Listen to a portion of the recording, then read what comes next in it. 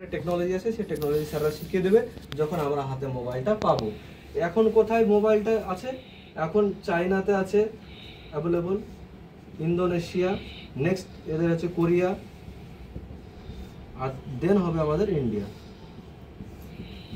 কোরিয়ার ল্যান্ডিং হবে, তারপরে ইন্ডিয়াতে আমরা পাবো। ঠিক আছে? তো এই একবার রিয়েলাইজ করুন, যারা সোলানা ব্লক চেনে কেবলমাত্র এয়ারড্রপ পেয়ে 2 বছর 2.5 বছরে $10,000-12,000 ইনকাম করেছে, তো যদি এখানে 16খানা ব্লক চেনে এয়ারড্রপ আমরা পাই, তাহলে কি লেভেলে ইনকাম করব? ঠিক আছে? তো ক্রিপ্টোকারেন্সি সত্যি কথা বলতে একটা সমুদ্র, মানে খাজানা বলতে গেলে। কতটুকু নিতে পারবেন আপনার জ্ঞানের উপর নির্ভর করবে। ঠিক আছে? তো এটা গেল, এখনো ল্যান্ডিং হয়নি, তাই এই বিষয়ে আরো বিস্তারিত বলছি না।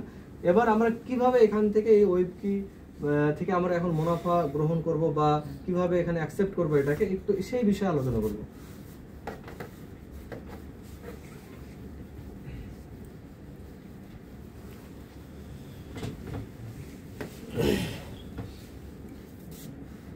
ওয়েব কি দাও, এটা রয়েছে বিএনবি চ্যানেল।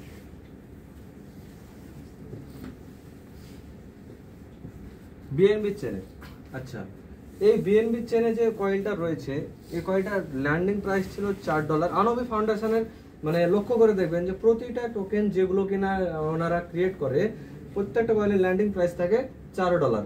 রয়েছে ওএইচএম এর OHM, যেটা ল্যান্ডিং প্রাইস $4।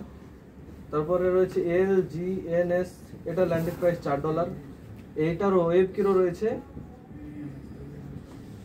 তাও রয়েছে ল্যান্ডিং প্রাইস $4।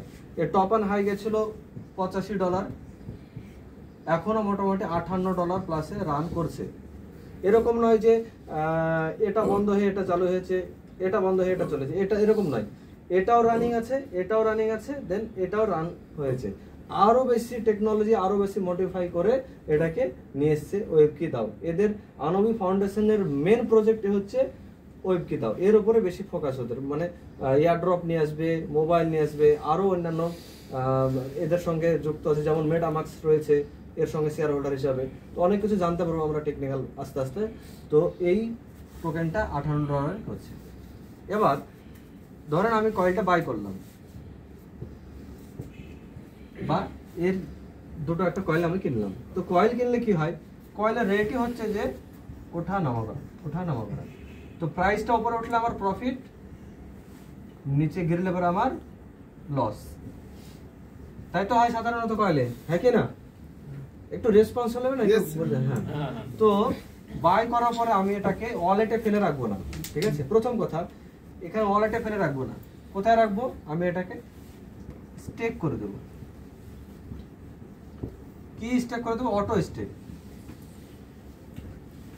অটো স্টেক করে দিলে কি হবে, আমার প্রতি 12 ঘন্টা পর পর 0.2% থেকে 0.83% পর্যন্ত আমাকে রিটার্ন দেবে।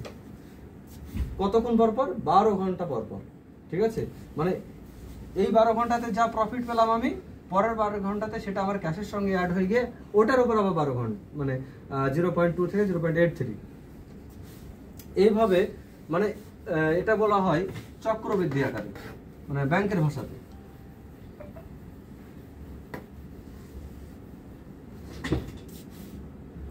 চক্রবৃদ্ধি আকারে প্রতি 12 ঘন্টাতে 0.2% থেকে 0.83% পর্যন্ত আমাকে দিতে হবে। তো আমরা এখন লক্ষ্য করে দেখছি যে না টপ লো দিচ্ছে, না টপ হাই দিচ্ছে। দিচ্ছে কত?